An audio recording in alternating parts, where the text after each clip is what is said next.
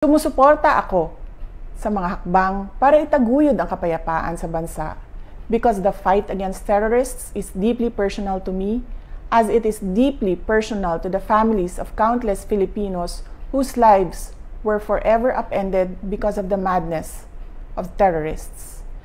Panalo na tayo, lumalaban na ang mga komunidad. Mr. President, the government's statement with the NDFP in Oslo was an agreement with the devil. Napatunayan na natin sa kasaysayan na hindi sila seryoso at wala silang sinseridad sa usaping pangkapayapaan.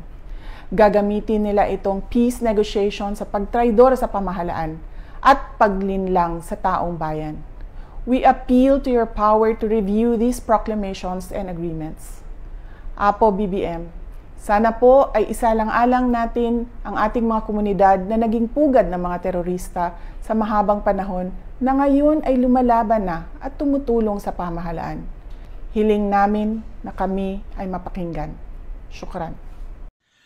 Okay, magandang araw mga kaibigan. Ubusin ko muna ang ating dark chocolate.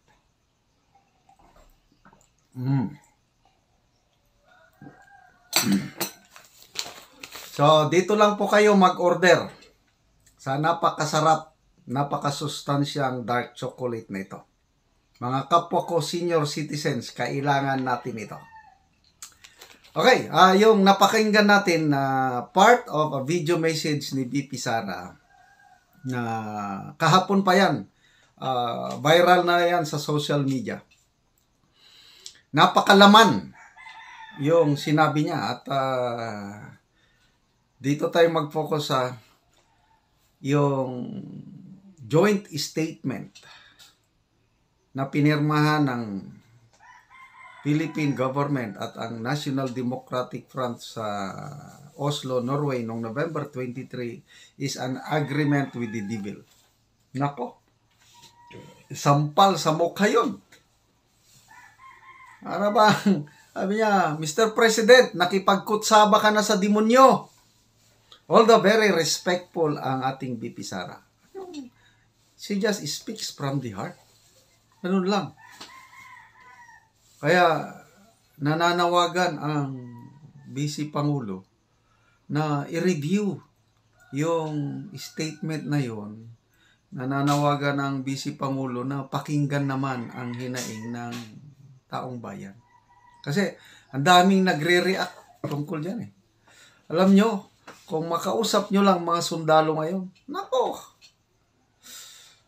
hindi lang sila makapagsalita dahil bawal eh. Kaya lang halos lahat,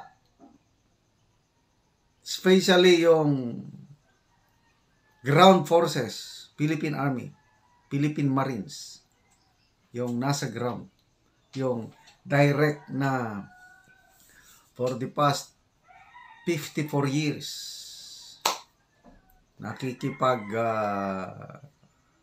nagsasakripisyo.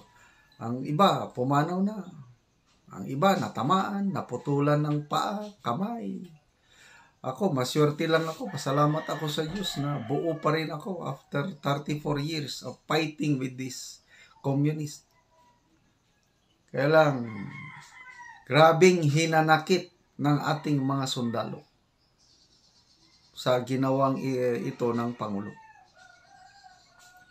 Kaya maraming makarelate dito sa statement na ito ni BP Sara na pakikipagkutsaba sa demonyo. So ang tanong, it's a very serious accusation. May sagot na ba ang Pangulo? Hinanap ko kasi mga ilang oras na, bandang alas 5, wala na yan. Kumalat na sa social media, sinakyan din ng mainstream media, balitado na yan. Hinanap ko, walang sagot ang Pangulo. O PCO man lang ka. Ano sa tingin nyo mga kaibigan, dapat ba itong sagutin ng Pangulo o kibit balikat lang? It's a very serious matter. So bakit walang sagot? Isa lang naisip ko, takot, bahag, nabahag ang bundok. That's weak leadership. Kaya dito lalo akong napapahanga dito sa ating VP Sara dahil meron siyang courage to, although hindi personal, broadcasted worldwide. Lahat ng Pilipino, basta mahilig sa social media, napapanood na yan eh. Ang galing, ang ganda ng dating. Para sa akin, I don't know sa inyo. Napakagalang naman yung pagsasalita ng VP Sara. Di ba, ang ganda.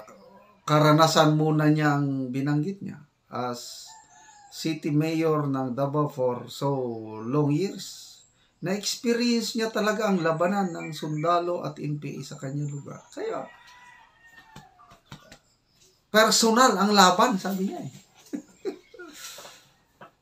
Ang mga hinaing ng mga parents, may anak pa ba nga mawawala? So I salute our Vice President sa kanyang tapang at malasakit to confront this president. So, baka ako lang naman ang hindi nakakita sa sagot. Paki-comment ko kung may nakita kayong sagot ng Pangulo. O video message. Kung hindi man ang Pangulo, I don't know kung narinig na nabayan ng Pangulo. Dapat marinig niya. Otherwise, napakahina ang kanyang staff. Dapat marinig yan ng PCO, Communications Office. Si Secretary Galvez. Dapat silang sumagot. Kung hindi man ang Pangulo, sumagot si Secretary Galvez. Trabaho ni Secretary Galvez. Actually, 3 ang pumirma sa side ng Philippine government. Si Presidential Assistant Lagdameo, General Galvez, General Bautista. So si General Bautista, laylo lang yan, ang talagang nasa frontline si Secretary Galvez. Sagutin nyo naman, mahal na Pangulo, Secretary Galvez, o kaya si Secretary Chodoro, kung ano naman ang This is part of democracy. Malayang pagpapahayag. Para maliwanagan kami. Kasi, I don't know sa inyo, basta ako, agree ako na demonyo itong mga teroristang ito. In the first place, ano ba ang communism? Diba, it's a godless ideology. It's anti-Filipino. Ang Pilipino, wala pa akong na-meet na Pilipino na atheist eh. 99.9% Filipinos are God-believing. Kahit magkakaiba tayo ng relihiyon, meron tayong kapatid na Muslim, naniniwala pa rin sa Diyos. Yung Allah na Diyos ng mga Muslim, the same thing. Parehas din yung Jehovah or sa Kristiyano. So, bakit itong mga komunista na hindi naniniwala sa Diyos, na nagpahirap sa ating bansa for 54 long years, ay bibigyan na naman ng pagkakataon na bumangon? Mr. President, nasubukan mo bang lumaban sa mga komunista? Nakipagbarilan? I'm sure, wala. Huwag mong sabihing ranger ka. Kasi pinagmamayabang ng iba, ranger daw. Walang test mission, yung kuting na yan. Nag-undergo lang yan ng yung basic training. Kaya lang yung test mission. Ang ranger po, bago maging full-fledged na scout ranger ang isang sundalo, isasabak talaga yan sa giyera. Pag na-encuentro sila at naging successful yung armed encounter nila, yan na, scout ranger na. Eh, ang Pangulo, wala. Kaya hindi yan, Ranger. Kuting yan. Tama, si Marlica na kuting. 54 long years. Anong kaibahan? Kung may presidente na nagbigay ng pinakamalaking pagkakataon sa komunist na makipag-peace, magkaroon na ng tuldok yung gera na yan, wala nang iba kundi si Pangulong Duterte. Binigyan niya ng cabinet post ang mga komunist. Walang ibang presidente na nakagawa niyan, not even Cory. Lahat ng presidente nakipag-peace talks. Oh, anong nangyari? Panahon ni Tatay Digong, nandyan na sila, 4 sila. Walang, kasi ang sinseridad, it's 100% questionable. Bakit hindi kayo matuto sa nakaraang experiences natin, Mr. President? At pumayag pa kayong nakipagkutsaba sa mga demonyo. Nagsasayang lang po tayo ng pera ng taong bayan. Yan ang aking mag-negotiate kayo, punta kayo ng Nosli. Kaninong pera yan? Hindi nyo naman pera. Mabuti, sweldo nyo ang gamitin nyo, okay lang. Taxpayers money, gagastusin nyo pagkain, hotel ng mga komunistang yan. Kung gusto nyo mag-pistoks kayo dito lang sa Pilipinas. Tapos huwag kayong titira sa mga mamahaling hotel.